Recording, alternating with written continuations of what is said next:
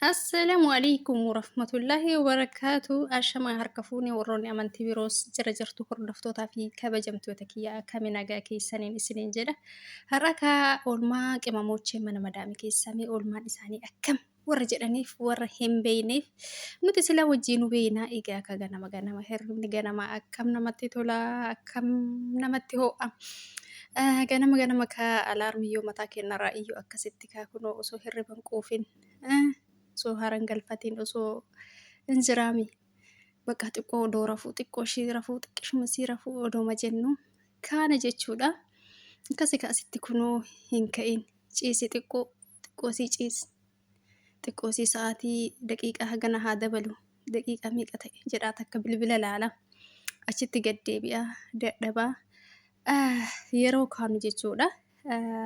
Rakaamee xiqqoo viloogimoo madabaloogimoo maal jedhan sana afaan isaan beenuu dhiisisoo fi waan namaatitti cinqabini. Akkas isinii jenna obboleeyyan kiyyaa hasuutti kaafnu oduma hirribni gadi nu harkisu ka'i lakkii ciisi lakkii qalbiin ka'i lakkii jetti hirribni immoo rafi xiqqoo isii jedha akkasitti kaa garam goruu jedha han immoo akkasumatti geddimaan harkaa ka'e ija tiyya rirriigataa. Egaa kuni oolmaa guyyaa hundaa kenna jechuudha guyyaa tokkoof odoon taane torbee tokkoof osoo hin taane yookaan ji'a tokkoof osoo hin taane waggootaaf kanatti dabarsinu jechuudha. Egaa akkasii obboleeyyan keessatti immoo akkuma taane kaanii algattii teenna afannee akkasitti asitti immoo maashaallah salaatu wennaa rabbi nurraa haa qeebalu ganama subiidha jechuudha.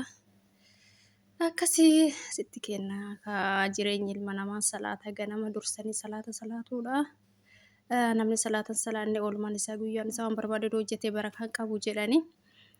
Rabbi waan dalaynu hunda barakaa keessa nuuf haa kaa'u. Asitti xiqqoo quraana qara'ee asitti immoo ala xiqqoosii maskootii irraa isin waraabaara ala dhiqanii jiranii birrin dhiisiifte ala.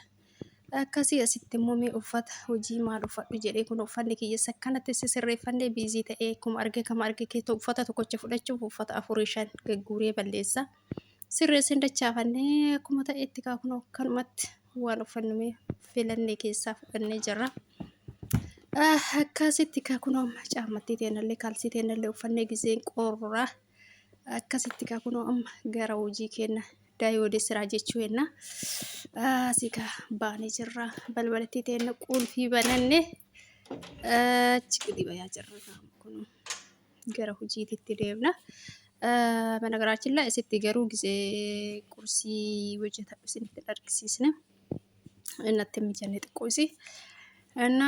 Achi booda gara saaloonichi deemee maabiraatii ibsuudhaaf gara saaloonichi deemeetiin jira. Maabiraatii ibsee tanan jira. Achi deebineetiin amma garam deemnaa yoo jettan daarektima hojii seenuudha jechuudha. Qaxxitaa amma hojii kenna eegallee hojii waa tokko lama miti keessumaa haguma ta'ee bakkuma viidiyoo toraabuun nu mijatee isinii hojjanne malee waa baay'ee hojjanne jechuudha. Asitti kunoo saaloonii qulqulleessaa jira xaawulaa homaa maashaallah hadda ijoolleen hin jiran waan ta'eef manni homaa baay'ee hagas hunda waan rakkisan qabu gaafa ijoolleen hin jirre xiqqoo baay'ee na rakkisama waan ta'eef meeshaa baay'ataa saaloonitti homaa daddarbuu jira. Har'a manni qulqulluudha iyyuu maashaallah. Anu saniif viidiyoo hojjedhe malee guyyaa kaanatti mijatee viidiyoo iyyuu hojjedhuun isiniin jedha. Egaa akkanaa oolmaan kenna. Qimamochee mana madaamii inshallah gaafa tokko keessaa baanaa du'aayii godhadha isiniin jenna. Rabbiin keessaan waa baasuu inshallah. Nama dalagaa keerii dalagaa barakaa qabdu. Tama dalaganne keessa rabbiin barakaa nuuf kaa'e nullee gaafa tokko.